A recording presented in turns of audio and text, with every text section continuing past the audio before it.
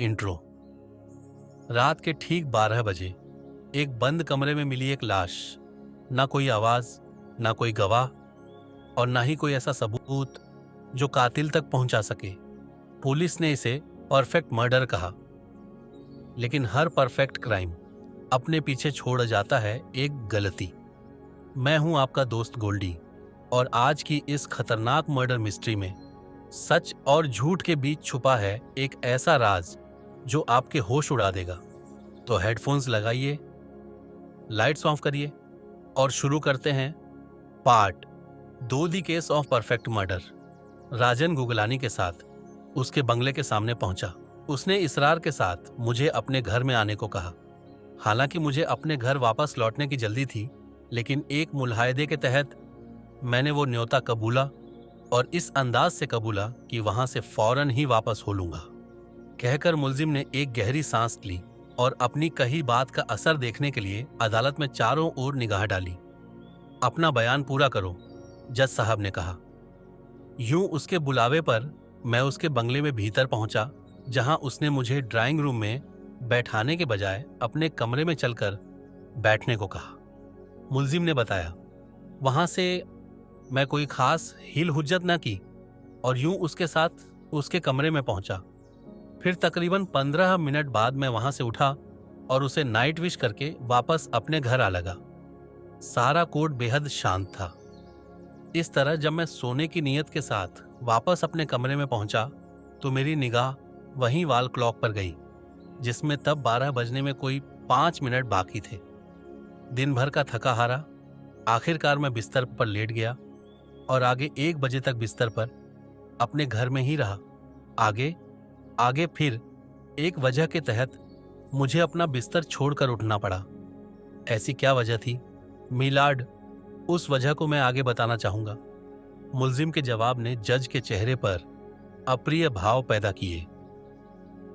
Please, मुलजिम ने इल्तजा की, मेरी दरख्वास्त है कि एक बार मुझे मेरी बात मेरे तरीके से कहने की छूट दी जाए, जिसके बाद मैं किसी भी जवाब तलब के लिए तैयार हूं।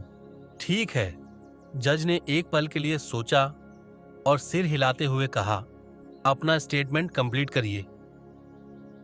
जज साहब, जब मैं अपने बिस्तर से बाहर निकला तब मेरे कमरे की दीवार घड़ी की सुइयां 1:10 दिखा रही थी। ब्रिगेंजा उत्साहित स्वर में बोला। तब मैं एक कंप्रेशन के तहत, बाकायदा एक मजबूरी के तहत बिस्तर से उठा, रात के उस वक्त तैयार होकर बाहर निकला और अपनी उसी मजबूरी से निजात पाकर आखिरकार देर रात कोई 3 बजे के बाद वापस लौटा। कोर्ट में पीछे कहीं बैठा कैजाद न जाने क्यों मुस्कुराया, जिसे ब्रिगेंजा ने तत्काल नोटिस किया।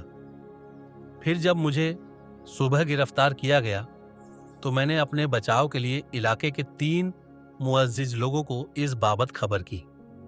ब्रिगेंजा, जो कैजाद को गुगलानी मर्डर केस के सिलसिले में अब पुलिस के मददगार के तौर पर जानने लग गया था, ने कैजाद की उस हंसी को अनदेखा किया और आगे कहा, इनमें से 2 शहर के सम्मानित अधिकारी हैं और तीसरा इसी इलाके में सिविल इंजीनियर है।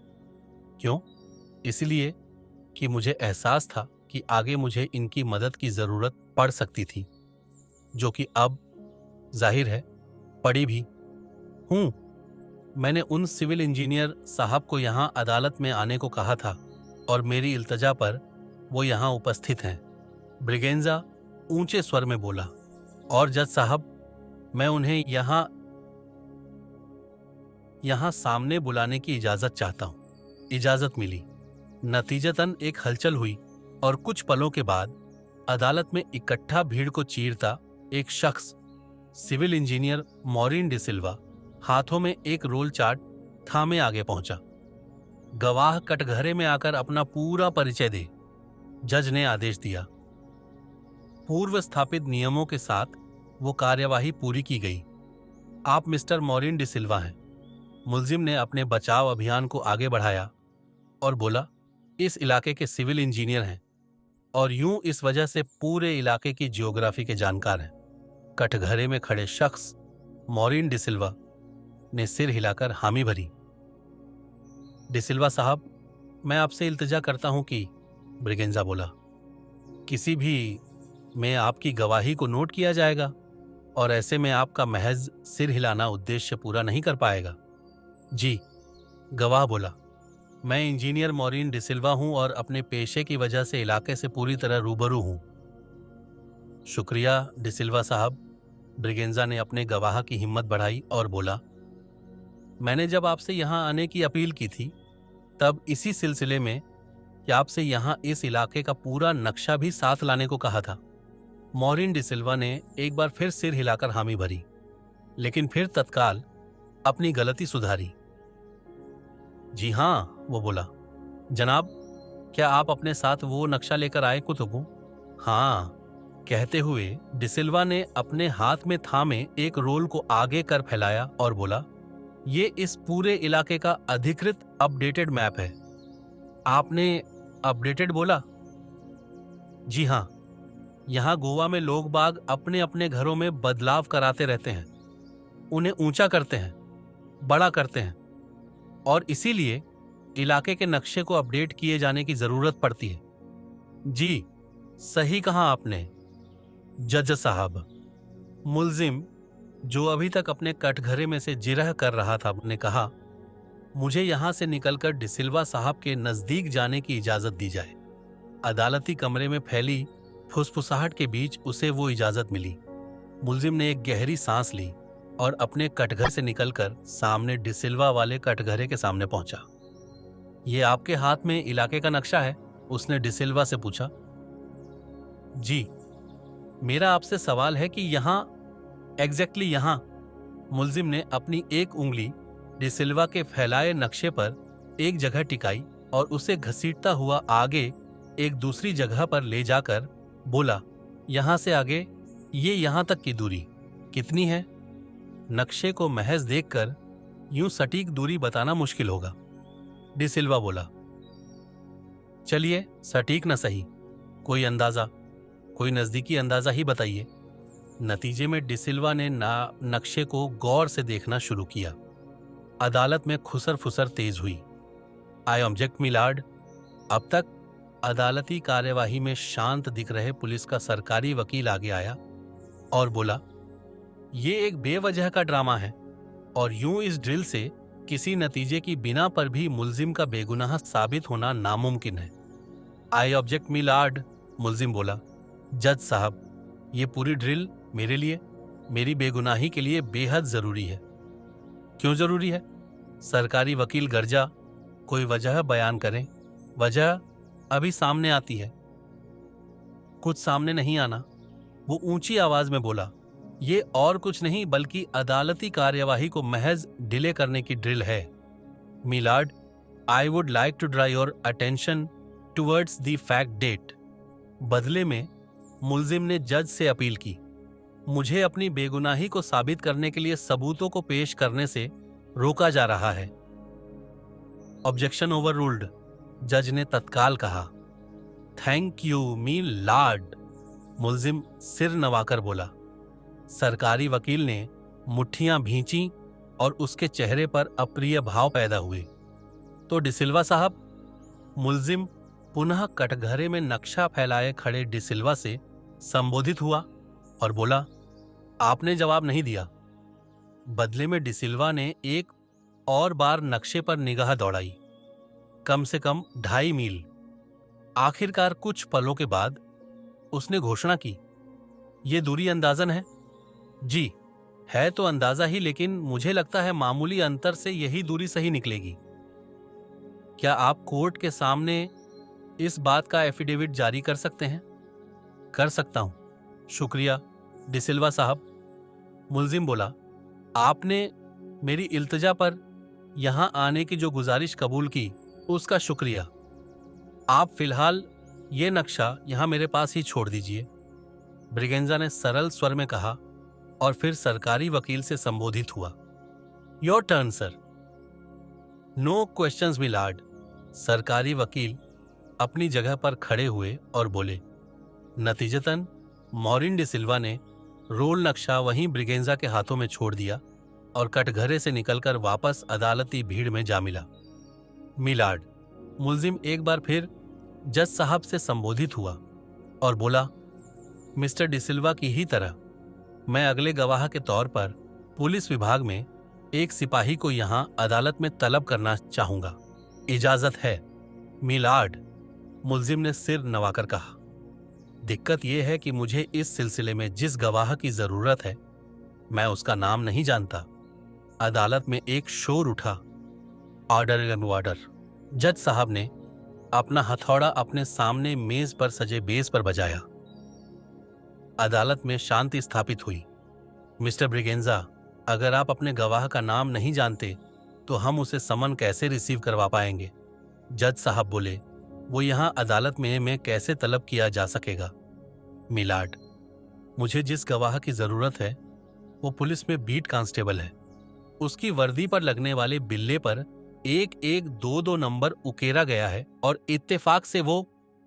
मुल्जिम ने पलटकर पीछे खड़ी भीड़ में से किसी शख्स की ओर इशारा किया और बोला, अभी यहीं अदालत में मौजूद भी है। तत्काल अदालत में फिर एक शोर उठा, आर्डर आर्डर। जज साहब ने फिर हथौड़ा चलाया और बोले, वो पुलिस वाला सामने आए। एक शख्स सोहनलाल बीट कांस्टेबल की वर्दी पहने भीड़ से निकलकर आगे आया। क्या ये वही शख्स हैं जिन्हें आप गवाह के तौर पर यहां बुलाना चाहते हैं? जज साहब ने अपना मुकदमा खुद लड़ रहे मुल्जिम से पूछा। यस मिलार्ड, मुल्जिम ने नम्र स्वर में कहा। I object Maillard. सरकारी वकील एक बार फिर उठ खड़ा हुआ और ऊंची आवाज में बोला, यूं अदालत में किसी को बतौर गवाह बुलाने का एक प्रोसीजर होता है। मैं जज साहब से रिक्वेस्ट करता हूं कि चूंकि इस सिलसिले में उस स्थापित प्रोसीजर को फॉलो नहीं किया गया है, अदालत में इस गवाही को रोका जाए। जज साहब ने पलटकर मुल्जिम को देखा। मिलार्ड, मुल्जिम ने बेहद नम्र स्वर में कहा, इस किस्म के प्रोसीजर को फॉलो करना कानूनन जरूरी है, लेकिन उसे हर बार फॉलो करना कतई जरूरी नहीं। अदालत अगर चाहे तो खास परिस्थितियों में इस प्रोसीजर को कट शॉर्ट कर सकती है। I object to this. सरकारी वकील एक कदम आगे आते हुए बोला, यहां इस मामले में ऐसे किसी कट शॉर्ट की कोई जरूरत नहीं है। मिलार्ड, अगर स्थापित प्रोसीजर से चलें तो इस गवाही को आगे अगली तारीख तक के लिए मुलतवी करना पड़ेगा और नतीजतन देर होगी। तो हो, जल्दी किसे है? आपने अभी कहा था कि यह सारी ड्रिल यूजलेस है और इसकी वजह से अदालती कार्यवाही डिले हो रही है। मुल्जिम सरकारी वकील से रूबरू हुआ और शांत स्वर में बोला, और अभी आप खुद अदालती कार्यवाही को किसी माकूल नतीजे में पहुंचने से डिले कर रहे हैं। सरकारी वकील गड़बड़ाया। मिलार्ड, मेरा मकसद सिर्फ यह है कि किसी भी स्थापित प्रोसीजर को बायकाट या ओवरलुक न किया जाए। मिलार्ड, मुल्जिम जज से मुखातिब होते हुए बोला, यहां अदालत चल रही है जिसमें गवाही देने वाला शख्स मौजूद है। उसे ड्रिल करने के लिए सरकारी वकील साहब मौजूद हैं। पूरा अदालती अमला मौजूद है, तो फिर जो काम आज अभी हो सकता है, फौरन हो सकता है, उसके लिए स्थापित प्रोसीजर की दुहाई देना बेमानी है। अदालत इस मुद्दे पर बचाव पक्ष से सहमत है। बट मिलार्ड, सरकारी वकील ने एक आखिरी कोशिश की। Objection overruled. जज साहब ने कहा, you may proceed mister. Thank you milord, मुल्जिम बोला। सरकारी वकील इस हार से तिलमिलाया। एक नासाखेया उसे उसी के खेल में मात देता दिख रहा था। कुछ हलचल के बाद बिल्ला नंबर 1122 धारी पुलिस कांस्टेबल सोहनलाल कटघरे में पहुंचा, जहां उससे कुछ कागजों पर दस्तखत करवाए गए और ईश्वर के नाम पर शपथ दिलवाई गई। आप मुझे जानते हैं? सारी औपचारिकताओं के पूरा होने पर ब्रिगेंजा पुलिस वाले से संबोधित हुआ। जी, संक्षिप्त जवाब आया। जानता हूं। कैसे? मैं उस रात आपसे मिला था। उसने बताया। किस रात? कत्ल की रात, पुलिस वाले ने संतुलित स्वर में बताया। कहां? बदले में पुलिस वाले ने पूरी घटना बमय जगह बमय वक्त बताई। हमारी मुलाकात की जगह इस नक्शे पर। ये ब्रिगेंजा ने पूरी बात सुनी और उसके बाद अपने हाथों में थामे रोल नक्शे को खोला और एक बिंदु पर उंगली रखकर कहा, यहां है? हाँ। पुलिस वाले ने नक्शे को देखा और बोला, यहां इस कोने पर। अदालत में माहौल उत्सुक हो उठा, मानो हर कोई जानना चाहता था, देखना चाहता था कि नक्शे पर इंगित जगह कौन सी है। मुल्जिम के चेहरे पर ठीक इस वक्त तनाव के लक्षण पैदा हुए। तो आपने मुझे वहां उस रात यहां इस जगह पर देखा था, प्रत्यक्षतः वो बोला, और न सिर्फ देखा, आज यहां बकायदा पहचाना। जी। आपको यकीन है कि उस रात जिस शख्स से आप मिले थे वो मैं ही था? जी। इतना यकीन कैसे? वो आधी रात से ऊपर का वक्त था। आपने जिस किसी को देखा उसे आधा अधूरा सा ही तो देखा होगा। जी। उस रात वहां आप ही थे। आपने मुझे महज एक मुख्तसर की मुलाकात के बाद, एक अंधेरी रात में हुई उस मुख्तसर सी मुलाकात के बावजूद याद रखा? जी। ऐसा क्यों कर हुआ? इसलिए हुआ कि अपनी रात की बीट पर यूं किसी से मुलाकात होना कोई रोजमर्रा की बात नहीं है, पुलिस वाला बोला। वो एक स्टैंड अलोन वाकया था और जाहिर है इसलिए मुझे याद रह गया। वाकया याद रह गया ये माना, लेकिन उस रात वहां मैं ही था, ये कैसे याद रहा? इसकी दो वजहें वहें हैं। अदालत को वजह बयान कीजिए। जी। एक वजह तो यही है कि वो मुलाकात उस रात कोई नीम अंधेरे में नहीं हुई थी, बल्कि चौराहे पर एक बिजली के खंभे की चमकती जगमगाती रोशनी में हुई थी। पुलिस वाला जज साहब की दिशा में देखकर बोला, और इसलिए उस रात देखे शख्स को मैंने अंधेरे में नहीं बल्कि बकायदा खूब उजाले में देखा था। और दूसरी वजह यह है कि अपनी पुलिस की नौकरी में हमें इस किस्म के कामों के लिए बकायदा ट्रेन किया जाता है। सोहनलाल बेहद आत्मविश्वास भरे स्वर में बोला। किसा शख्स का दस्त वक्त केवल उसका चेहरा देखने के बजाय हम लोग अक्सर उसकी चाल, उसकी शारीरिक बनावट, उसके बोलने, खड़े होने के तरीके जैसी बारीकियों पर भी ध्यान देते हैं, जो कि बाद में पहचान के लिए मददगार होती हैं। यानी उस रात आपकी बीट ड्यूटी पर आप जिस शख्स से मिले थे, मुल्जिम बोला, आपको यकीन है कि वो मैं था, मेरे अलावा कोई नहीं? जी।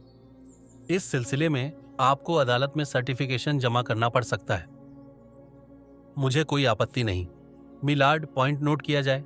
ब्रिगेंजा ने अपने हाथ में थामे रोल नक्शे पर एक जगह उंगली रख उसकी निशानदेही करते हुए ऊंचे स्वर में कहा, बकौल एक ट्रेंड पुलिसमैन, इनकी पुरमजबूत गवाही स्थापित करती है कि कत्ल वाली रात मैं यहां इस खास जगह पर मौजूद था जहां मैं इनसे टकराया था। अदालत में खुसर फुसर हुई। पॉइंट नोटेड, जज साहब बोले। 44680.JPG। और उस रात जब बकौल आपके मैं आपसे मिला था, ब्रिगेंजा पुनः सोहनलाल से संबोधित हुआ। क्या आप वो वक्त यहां अदालत को बता सकते हैं? सोहनलाल सोच में पड़ गया। जी नहीं, आखिरकार वो बोला। वहां उस रात आपसे मिलने के बाद मैंने 1 बजने की घंटी सुनी जरूर थी, लेकिन अब यकीन से कहना मुश्किल है वो 1 बजने की घंटी कैसी थी। वो शहर के घंटाघर की घड़ी से निकली आवाज थी, लेकिन वो घंटाघर तो वहां से आगे अगले मोड़ पर है।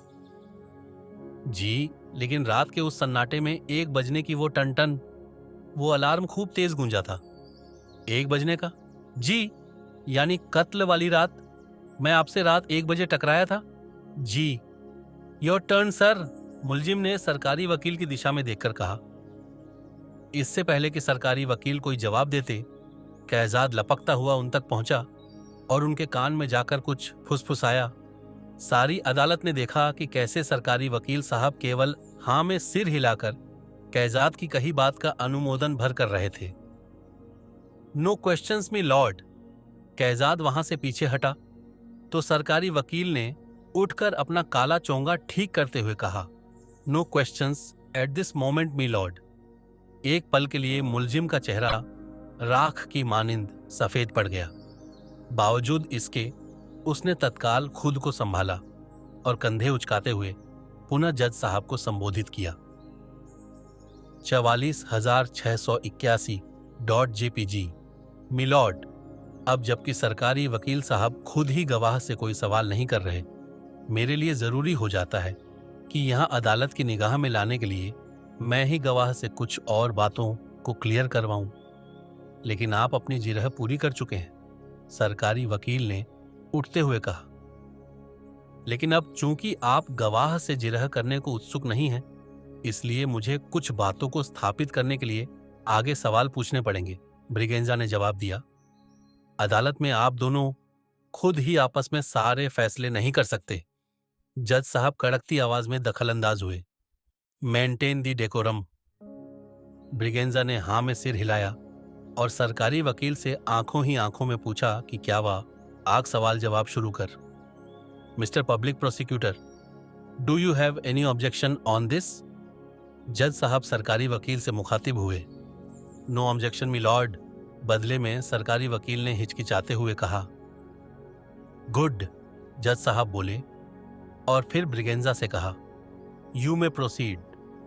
Thank you me Lord, Braganza ने सिर नवाते हुए कहा और वापस कटघरे में खड़े सोहनलाल के पास पहुंचकर ऊंची आवाज में पूछा, आपने अभी अदालत को बताया कि उस रात आपने मुझे देखा था? जी। और उस वक्त कहीं घड़ी में 1 बजने की आवाज आई थी? जी। और आपके अंदाजे से वो आवाज अगले मोड़ पर मौजूद घंटाघर पर टंकी घड़ी की आवाज तेज थी? जी, मैंने यही कहा। लेकिन वक्त को लेकर आप संशय में हैं? जी। ऐसा क्यों? ब्रिगेंजा ने पूछा। जब आप कहते हैं कि आपने घंटाघर की घड़ी की टन-टन की आवाज, जो तब रात के सन्नाटे में खूब तेज गूंजी थी, सुनी थी, तो फिर यह संशय क्यों? आवाज सुनी थी, लेकिन उस पर मेरा ध्यान नहीं था। आप कहना चाहते हैं कि बावजूद इसके कि आपको वो आवाज सुनाई दी, आपने उस आवाज के ओवरऑल स्ट्रोक्स को महज सुना, उनकी गिनती नहीं की? जी हां, मैंने तब स्ट्रोक्स की गिनती पर ध्यान नहीं दिया था। जी, मैं समझता हूं, ब्रिगेंजा बुझे स्वर में बोला। हो जाता है ऐसा। बदले में सोहनलाल ने केवल सिर हिला दिया।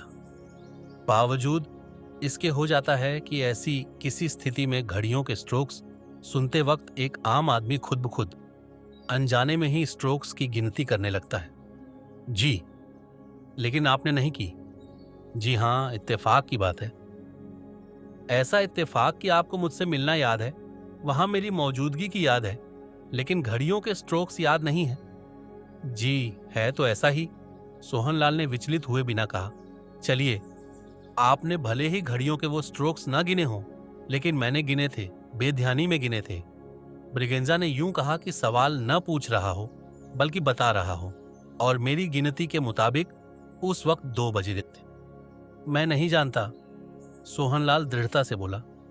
हो सकता है 2 ही बजे हों। बहरहाल आपको वक्त याद नहीं, लेकिन आप में और मुझ में हुई बातें जरूर याद होंगी। सोहनलाल ने हां में सिर हिलाया। सिर हिलाकर नहीं, मुंह से बोलकर जवाब दीजिए, ब्रिगेंजा बोला। आपकी गवाही दर्ज हो रही है। जी, मुझे याद है, सोहनलाल ने करेक्शन किया। तो वहां उस मुलाकात में हम दोनों में क्या बातचीत हुई थी? आपने मुझे कुछ पूछा था, सोहनलाल ने बताया। क्या पूछा था? आपने मुझसे किसी डेंटिस्ट का पता पूछा था। तो बदले में आपने क्या जवाब दिया? बदले में मैंने वहां पास ही में मौजूद डॉक्टर गोयल, जो डेंटिस्ट हैं, का पता बताया था। सिर्फ पता बताया? नहीं नहीं नहीं, पता बताने के बाद मैंने आपको बाकायदा उनके बंगला तक पहुंचाने का रास्ता इशारे से समझाया था, सोहनलाल ने याद करते हुए कहा। फिर आप मेरे बताए रास्ते पर आगे बढ़ गए थे। और आप? जी, मैंने आपको वहां जाते हुए देखा था। पीछे से? ब्रिगेंजा ने पूछा। वहीं रुककर? जी। तो यूं आपने देखा कि मैं डॉक्टर गोयल के बंगले पर पहुंचा? जी। आगे आपने मुझे वहां भीतर जाते हुए भी देखा? जी हां। ब्रिगेंजा के चेहरे पर गंभीरता की जगह एक बार फिर खुशी दिखाई दी। जज साहब ने अपनी सीट पर अपना पहलू बदला और ज्यादा गंभीर दिखने लगे।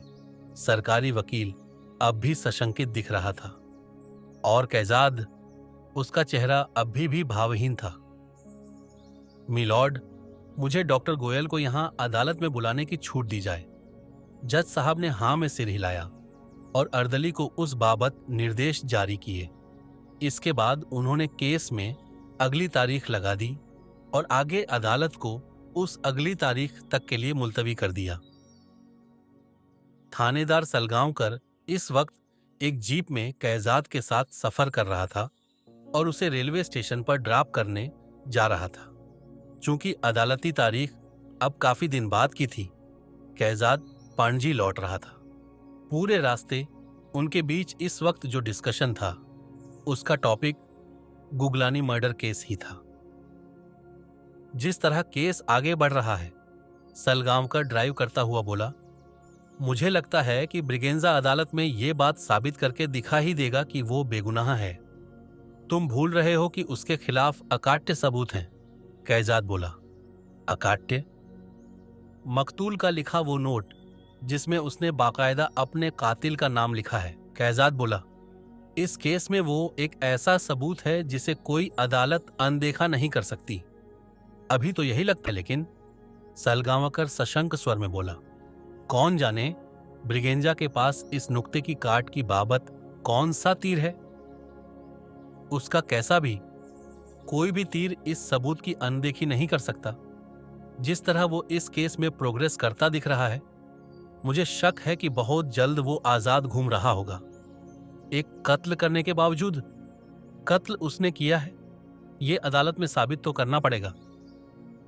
अभी इस मुल्क में ऐसी बदअमनी नहीं फैली है कि कोई अदालत ऐसी सॉलिड एविडेंस की मौजूदगी के बावजूद गुनहगार को बरी कर दे। क्या पता चलता है, सलगांवकर ने निराशा भरे स्वर में जवाब दिया। और फिर एक और बात है, कैजाद, जिसने सलगांवकर के स्वर में उस निराशा को फौरन पकड़ा, ने कहा, क्या? मैं जानता हूं कि ब्रिगेंजा अदालत को किस मद में गुमराह करने की फिराक में है। कैजाद ने आत्मविश्वास भरे शब्दों में घोषणा की, मैं जानता हूं कि आने वाले दिनों में वो अपना मुकदमा किस दिशा में खींचेगा। किधर? सलगांवकर ने हैरान होकर पूछा। वो अदालत में खुद के लिए एक परफेक्ट अलिबाई गढ़ने वाला है, कैजाद बोला, और उस अलिबाई के दम पर वो ये साबित करने की फिराक में है कि कत्ल के वक्त वो मकतूल के घर नहीं बल्कि कहीं और था। कहाँ? अभी कहना मुहाल है, कैजाद बोला, लेकिन मकतूल के लिखे आखिरी फर्र के उस सबूत को बेअसर करने का बस एक यही तरीका है। क्या ब्रिगेंजा ऐसा कर पाएगा? सलगांवकर ने पूछा। नहीं, कैजाद बेहिचक बोला। क्या हम उसे रोक पाएंगे? बेशक। कैसे? वो ऐसे की, कैजाद ने शून्य में ताकते हुए कहा, मैं जानता हूं कि उसकी परफेक्ट दिखती अलीबाई में छेद कहां है। तभी रेलवे स्टेशन आ गया, आशया आ गया और वो वार्तालाप वहीं समाप्त हो गया। अगली तारीख में एक बार फिर कोर्ट रूम में खूब भीड़ इकट्ठा थी। कोर्ट की कार्यवाही शुरू की जाए। जज साहब ने अपनी सीट पर बैठते हुए कहा, डॉक्टर पीयूष गोयल हाजिर हों। दरवाजे पर खड़े अर्दली ने ऊंची आवाज लगाई। बदले में एक बुजुर्ग डॉक्टर पीयूष गोयल भीड़ को चीरता आगे आया। इसके बाद उन्हें कटघरे में खड़ा कर सच बोलने की शपथ दिलाई गई। तभी ब्रिगेंजा आगे आया। आप डॉक्टर पीयूष गोयल हैं? उसने बुजुर्ग से पूछा। तुम जानते ही हो, बुजुर्गवार बोले। जी, मेरे जानने से कुछ नहीं होता। यहां अदालत आपके मुंह से आपका जवाब रजिस्टर करना चाहेगी। ब्रिगेंजा बोला। जी, मैं ही डॉक्टर गोयल हूं। आप वो डॉक्टर गोयल हैं जो दरअसल डेंटिस्ट हैं और ब्रिगेंजा ने एक पता बोला। इस पते पर रहते हैं। जी हाँ। डॉक्टर साहब, क्या आप मुझे पहचानते हैं? ब्रिगेंजा ने अगला सवाल पूछा। जी हाँ, डॉक्टर गोयल ने बेहिचक कहा। बढ़िया। अब मैं आपसे प्रार्थना करता हूं कि आप इस नक्शे पर, ब्रिगेंजा ने अपने हाथों में थामा रोल खोला और नक्शा फैलाते हुए कहा, अपने बंगले को पिन पॉइंट करें। बदले में डॉक्टर गोयल ने अपनी उंगली से नक्शे पर उस जगह को इंगित कर दिया। मिलॉर्ड, ब्रिगेंजा जज से मुखातिब हुआ। नोट किया जाए कि डॉक्टर साहब का बंगला उस जगह के नजदीक है जहां मेरी बीट ड्यूटी पर पुलिस कांस्टेबल सोहन लाल से मुलाकात हुई थी। जज साहब ने हामी भरी और रिकॉर्ड बना रहे क्लर्क को इशारा किया। क्लर्क ने तत्काल टाइपराइटर पर उंगलियां दौड़ाईं। डॉक्टर साहब, अभी आपने कहा, ब्रिगेंजा पुनः डॉक्टर गोयल से संबोधित हुआ, कि आप मुझे जानते हैं। जी हाँ। किस मद में? जी, मेरा मतलब है, आप मुझे किस सिलसिले में जानते हैं? तुम मेरे मरीज थे। ऐसे नहीं, ब्रिगेंजा बोला, पूरी बात बताएं। तुम्हें जानने की वजह यह है कि एक रात तुम बेवक्त मेरे घर बाकायदा मरीज बनकर कराहते हुए, कलपते हुए पहुंचे। डॉक्टर गोयल ने बेबाकी से कहा। उस रात के लिए मैं आपसे माफी मांगता हूं, ब्रिगेंजा ने नम्र स्वर में जवाब दिया और आगे पूछा, लेकिन उस रात जब मैं आपका मरीज बनकर पहुंचा था, उस रात का पूरा वाकया आप यहां अदालत में बयान कर सकते हैं? जी, कर सकता हूं। प्लीज, ब्रिगेंजा बोला। बदले में डॉक्टर गोयल ने वो काम किया, तो यूं उस रात आपने मेरा ऑपरेशन किया, तुम्हारा वो दुखता दांत निकाला, ये वाला। ब्रिगेंजा ने अपना मुंह खोलकर डॉक्टर गोयल को दिखाया और अपने दांतों के सेट में मौजूद एक खाली जगह को इंगित करते हुए पूछा। हाँ, शुक्रिया डॉक्टर साहब।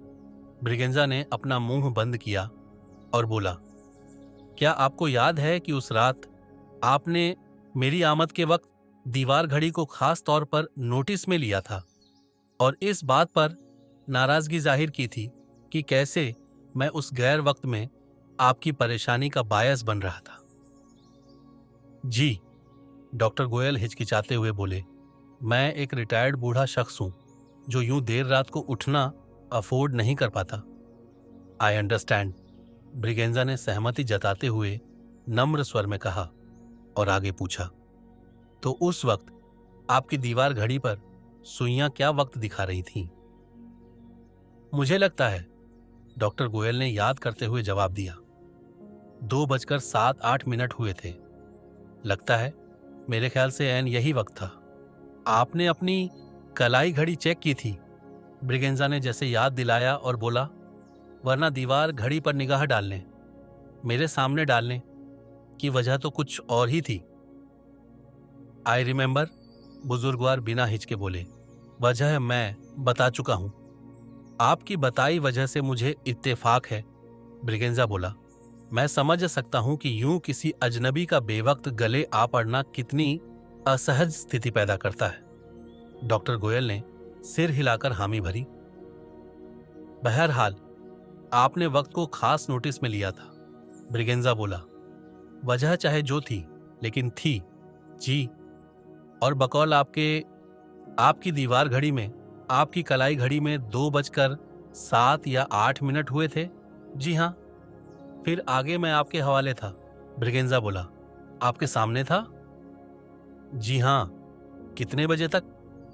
तुम्हारा दांत एक्सट्रैक्ट करने में वक्त लगा था, डॉक्टर गोयल ने याद किया। फिर उस रात मैंने उन्हें ऑपरेट करने के पहले एक मिक्सचर पिलाकर रेस्ट करने का भी कहा था। जी, तो यूं तुम जब मेरे पास से लौटे तब? डॉक्टर गोयल ने हिसाब लगाकर बताया, 2:15 या 20 हुए होंगे। डॉक्टर साहब, ब्रिगेंजा एक कदम आगे आया और कटघरे के नजदीक जाकर बोला, आपका बयान एक बेगुनाह को फांसी पर लटका सकता है। मैं समझता हूं, तो जरा याद करके बताएं। ब्रिगेंजा ने जोर डाला, 2:15 हुए था या 20 हुए थे? डॉक्टर गोयल ने बावजूद अपनी उम्र के उस दौर में भूल जाने की आम अलामत के उस रात के घटनाक्रम पर पुनः गौर किया। प्लीज डॉक्टर साहब, ब्रिगेंजा ने जैसे इल्तिजा की। मेरे हिसाब से आखिरकार 1 मिनट के पॉज के बाद डॉक्टर गोयल ने बताया, 2:17 हुए थे। ठीक 17? ब्रिगेंजा ने उत्तेजित स्वर में पूछा। न 15, न 20, बल्कि 17। जी हां, point to be noted me Lord. Braganza तुरंत जज साहब की ओर मुड़कर ऊंची आवाज में बोला, डॉक्टर गोयल के बयान के मुताबिक मैं कत्ल की रात ऐन 2:07 या 8 पर इनके बंगले में, इनके आराम में खलल पैदा करता हुआ मौजूद था। और वहां से आगे मेरी खलासी के वक्त 2:17 हुए थे। जज साहब ने वो नुक्ता नोट किया। तत्काल सरकारी वकील परेशान दिखाई देने लगा। उसने पलटकर अदालत में पीछे की बेंचों पर मौजूद कैजाद की दिशा में देखा तो पाया कि वो अभी भी स्थिर शांत था। ब्रिगेंजा ने 2 बार अदालत में नजर घुमा के देखा और उस दूसरी कोशिश में उसकी निगाहें एक कोने में बेहद शांत बैठे कैजाद से मिली। ब्रिगेंजा ने एक गहरी सांस ली और पुनः डेंटिस्ट डॉक्टर गोयल के पास पहुंचा। डॉक्टर साहब, जब आपने मेरी मनुहार पर मेरा दुखदाई दांत एक्सट्रैक्ट किया था तब उस प्रक्रिया में कुछ खून भी निकला था। बट नेचुरल, डॉक्टर गोयल ने जवाब दिया। दांत को फोर्सफुली एक्सट्रैक्ट करने की प्रक्रिया में ऐसा होना स्वाभाविक है। तो फिर यह भी मुमकिन है उस मिनी ऑपरेशन में यूं निकला वही खून आगे ट्रांसफर होकर मेरी उंगलियों पर, मेरे कपड़ों पर भी आ लगा हो। हाँ, बेशक ये मुमकिन है। ब्रिगेंजा ने विजयी भाव से अदालत में मौजूद केस इन्वेस्टिगेटर जयेश सलगांवकर को देखा और मुस्कुराया। मिलाड, मेरी अदालत से गुजारिश है कि इस बात पर खास गौर किया जाए कि हत्या की रात मैं इलाके के एक मुअज्जिज शख्स डॉक्टर गोयल के यहाँ गैर वक्त मौजूद था और उनसे अपने दुखदाई दांत को ऑपरेट कराकर हटा था। इस पूरी प्रक्रिया में यूं जो खून निकला उसके कुछ छींटे, कुछ दाग, कुछ धब्बे आगे मेरी उंगलियों और मेरे कपड़ों पर भी ट्रांसफर हुए थे। जज साहब ने नुक्ता नोट किया। पुलिस की पेश की गई ऑटोप्सी रिपोर्ट में कत्ल का वक्त 2 बजे स्थापित है। ब्रिगेंजा ने बेहद विनम्र स्वर में कहा, इस सिलसिले में मैंने यहाँ 3 अलग अलग गवाहों, जिनमें से 2 तो सरकारी कर्मचारी हैं, के बूते ये साबित कर दिखाया है कि मैं खास उस वक्त वारदात की जगह से कोई 2.5 मील दूर था और इसलिए ब्रिगेंजा ने जैसे आखिरी चोट की, मेरा कातिल होने का सवाल ही नहीं उठता। अदालत में तज आवाज हुई और जज साहब भी प्रभावित दिखाई दिए। मैं अदालत से प्रार्थना करता हूं कि इस सिलसिले में मुझे इस आरोप से मुक्त किया जाए और आगे पुलिस को असली कातिल ढूंढने के लिए ताकीद की जाए। कहते हुए ब्रिगेंजा ने एक बार फिर कैजाद की दिशा में देखा। वो अब भी शांत था, बेहद शांत, जो कि ब्रिगेंजा के लिए, केस इन्वेस्टिगेटर के लिए, सरकारी वकील के लिए और जो भी उस सिलसिले का जानकार था उनके लिए हैरानी की बात थी।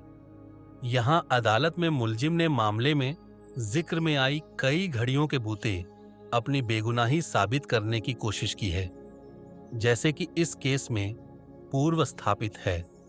मकतूल का गुगलानी का कत्ल 2 बजे हुआ था और उस वक्त मुलजिम घटनास्थल से दूर अपनी मौजूदगी डॉक्टर गोयल के यहाँ स्थापित करता दिख रहा है।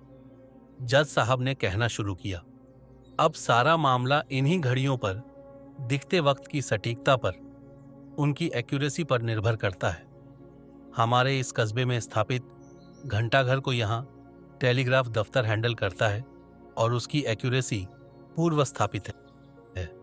उधर डॉक्टर गोयल की कलाई घड़ी हमेशा से उन्हीं के अधिकार में थी और उनका उसमें किसी किस्म की छेड़छाड़ करना, मुलजिम के पक्ष में छेड़छाड़ करना यकीन से परे है, इसलिए उसकी सत्यता भी संदेह से परे है। कुछ पलों की खामोशी के बाद जज साहब ने मानो निर्णायक स्वर में कहा, अब आखिर में ये सारा मामला डॉक्टर गोयल के क्लिनिक कम रेजिडेंस की दीवार घड़ी पर आकर टिक गया है।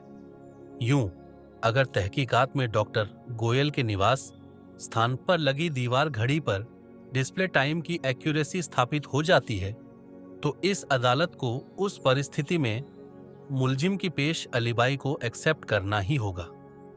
अदालत में उस वक्त पिन ड्रॉप साइलेंस था। तभी कैजाद अपनी जगह से उठा और सरकारी वकील के पास जाकर उसके कान में कुछ कहने लगा। ब्रिगेंजा तत्काल सतर्क हुआ। उसने देखा कि उन दोनों की उस खुसुर फुसुर में कहने वाला अधिकतर कैजाद ही था और सरकारी वकील उसकी बात सुनकर महज सिर हिलाकर अपना अनुमोदन दे रहा था।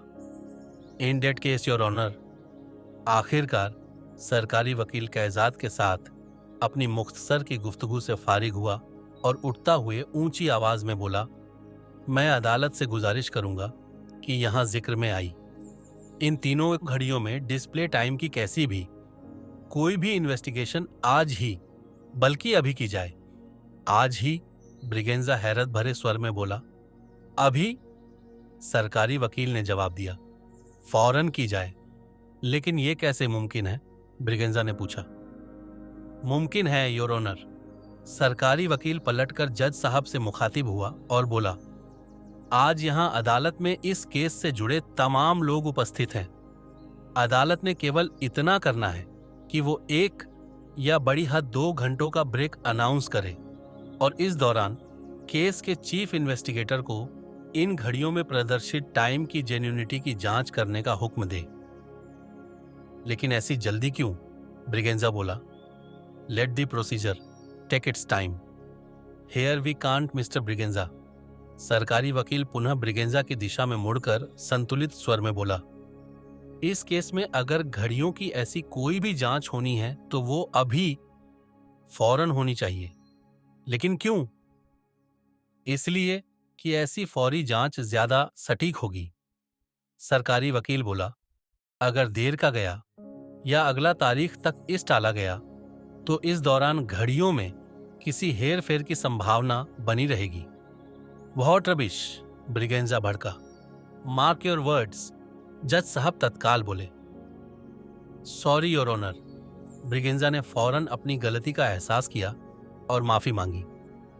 Not at all mister Braganza, सरकारी वकील पुनः बीच में आते हुए बोला, बल्कि ऐसी त्वरित जांच ज्यादा ऑथेंटिक, ज्यादा सटीक तभी होगी जब वो अभी होगी, फौरन होगी। लेकिन, ब्रिगेंजा पूर्ववत स्वर में बोला। Are you objecting to it? जज साहब उस वार्तालाप के बीच में दखल देते हुए ब्रिगेंजा से बोले।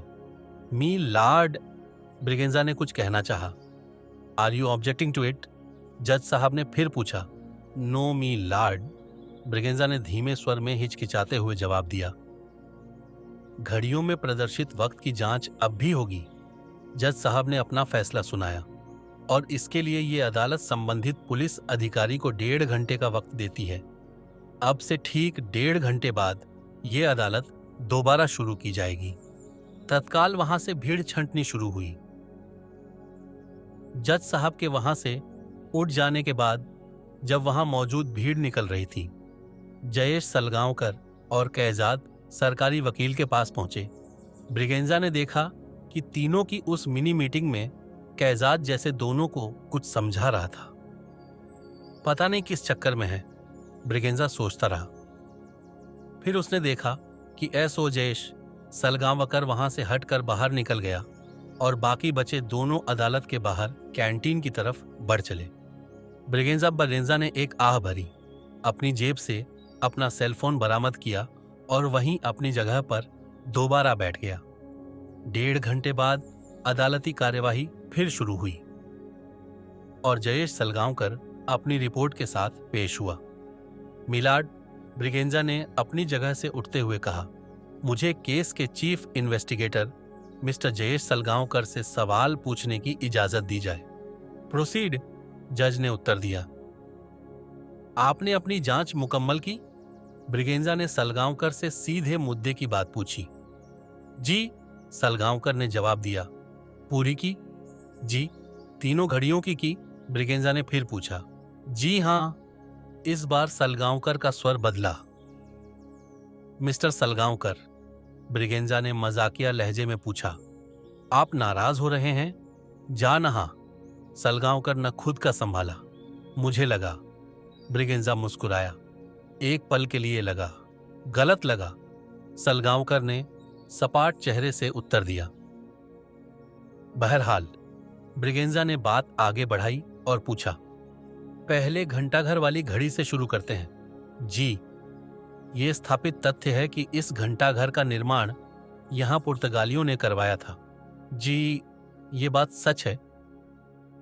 और कि इसमें मौजूद घड़ी के लिए तब वॉशिंगटन ऑब्जर्वेटरी से तकनीकी सलाह ली गई थी। जी हां, ऐसे में कहा जाता है कि इसमें प्रदर्शित वक्त एकदम सटीक होता है। जी, आपकी रिपोर्ट क्या कहती है? आपने जो कहा उसके आगे रिपोर्ट सिर्फ इतनी है कि पुर्तगालियों के जाने के बाद इसकी देखभाल आगे सन 70 में भारत सरकार के अधीन आ गई थी, जो फिर और आगे भारत सरकार की मार्फत यहाँ के टेलीग्राफ डिपार्टमेंट के जिम्मे पहुंची। आगे बताएं। ये घंटाघर आज भी यही दफ्तर संभाल रहा है और इसके लिए दफ्तर में एक प्रोफेशनल डेडिकेटेड कारिंदा अटैच्ड है। आपने उस शख्स से बात की? जी। घड़ी की बाबत उसका क्या कहना है? यही कि घड़ी में प्रदर्शित वक्त में कोई गड़बड़, कोई खोट नहीं है, सलगांवकर ने जवाब दिया, और कि उसकी जानकारी में घंटाघर में स्थापित घड़ी का वक्त सटीक है। कत्ल की रात भी वो सही वक्त दे रही थी? कत्ल की रात भी, उससे पहले भी, उसके बाद भी, यानी उस घड़ी की गवाही में कोई खोट नहीं है? नहीं। मेरी अदालत से दरख्वास्त है कि इस पॉइंट को नोट किया जाए। जज ने किया। अगली घड़ी की बाबत बताएं। अगली घड़ी डॉक्टर गोयल की कलाई घड़ी है। सलगांवकर ने अदालत में मौजूद भीड़ में दर्शकों के बीच अगली पंक्ति में बैठे डॉक्टर गोयल से निगाह मिलाई और कहा, और उनकी घड़ी एक स्विस घड़ी है। स्विस घड़ी? ब्रिगेंजा ने पूछा। स्विस घड़ी जो अपनी एक्यूरेसी के लिए ही जानी जाती है, यानी उनकी घड़ी में प्रदर्शित वक्त में भी कोई गड़बड़ नहीं? जी। गुड। ब्रिगेंजा ने एक कदम आगे बढ़ाया और फिर पूछा, और तीसरी घड़ी? तीसरी घड़ी डॉक्टर गोयल के रेजिडेंस कम क्लिनिक की दीवार घड़ी है। उसका क्या? वो एक मेजर मैन्युफैक्चरर की बनाई इलेक्ट्रिक क्लॉक है जिसमें प्रदर्शित वक्त की जांच पर उसे भी सही पाया गया। सलगांवकर ने बुझे स्वर में जवाब दिया। ब्रिगेंजा के चेहरे पर गहरी मुस्कुराहट उभरी। मी लॉर्ड, जैसा कि यहां साबित हुआ है कि यहां इस केस में जिक्र में आई तीनों ही घड़ियां का वक्त मुकम्मल तार पर सटाक पाया गया है और उनमें कोई छेड़छाड़, कोई मॉल फंक्शन, कोई हेर फेर की कैसी भी गुंजाइश की संभावना स्थापित नहीं है। ब्रिगेंजा सरकारी वकील की दिशा में मुड़ा और अपने दोनों हाथ हवा में उठा मुस्कुराते हुए बोला, तीनों ही घड़ियों में प्रदर्शित वक्त सही है, सटीक है और अब बाखूब ऑथेंटिक है। सरकारी वकील ने कोई प्रतिक्रिया नहीं दी। ब्रिगेंजा कैजात की दिशा में मुड़ा। वो अभी भी बेहद शांत था। मी लॉर्ड, फिर कुछ सोचते हुए सरकारी वकील अपनी जगह से उठते हुए बोला, इस मामले में मेरी राय है कि घड़ियों की ऐसी किसी जांच को कोई प्रोफेशनल, कोई एस्टेब्लिश्ड एजेंसी से करवाना ज्यादा मुफीद रहेगा। लेकिन जांच तो अब हो चुकी है। ब्रिगेंजा तत्काल सकपकाया। मिलॉर्ड, ऐसी जांच जो अभी फौरी तौर पर हुई है वो अभी भी गलत हो सकती है। अदालत इस बात को समझे कि ऐसी किसी टेक्निकल जांच के लिए मिस्टर सलगांवकर कोई सटीक कैंडिडेट नहीं है। उनकी जांच, जिसकी रिपोर्ट उन्होंने अभी पेश की, यकायक हुई है, तत्काल हुई है और एक फिक्स टाइम पीरियड में हुई है। ऐसी भगदड़ में हुई इस जांच के नतीजे की सटीकता पर कई सवाल उठते हैं। लेकिन आपने कहा था कि जांच अभी आज ही होनी चाहिए। ब्रिगेंजा हैरत भरे स्वर में बोला। कहा था मिलार्ड, सरकारी वकील ने उससे जिरह की, और इसलिए कहा था कि तब मुझे यही लगा था, लेकिन बाद में हासिल। ब्रेक में मैंने जब इस बारे में एक और सोचा तो मुझे लगा कि ऐसी किसी भी फौरी जांच का नतीजा दरअसल सटीक नहीं हो सकता, और इसलिए मिलार्ड, सरकारी वकील ने जज साहब की दिशा में देखा और ऊंची आवाज में कहा, मैं अदालत से दरख्वास्त करूंगा कि घड़ियों की ऐसी किसी भी जांच को बेहतर तरीके से करवाने के लिए किसी प्रोफेशनल शख्स की सेवाएं ली जाएं। लेकिन मिस्टर प्रोसिक्यूटर, ब्रिगेंजा हड़बड़ाया। Do you object to him, mister Braganza? जज साहब एक बार फिर बीच में दखलंदाजी हुए और ब्रिगेंजा से बोले। मिलार्ड, ब्रिगेंजा ने हैरानी से जज की दिशा में देखा। Do you have any objection? जज ने फिर पूछा। यस मिलार्ड, ब्रिगेंजा बोला। I object to it. Objection overruled. जज साहब ने हथौड़ा बजाया। संबंधित जांच के सिलसिले में उचित कार्यवाही के आदेश दिए और केस की अगली तारीख दे दी। अगली तारीख आने से पहले कई काम हुए। सलगांवकर ने ब्रिगेंजा को हिरासत में लेकर जेल ट्रांसफर कर दिया। तो मिलते हैं अगले पार्ट में एक और डेंजरस ट्विस्ट के साथ। मैं हूं आपका दोस्त गोल्डी और आप सुन रहे थे द परफेक्ट मर्डर केस।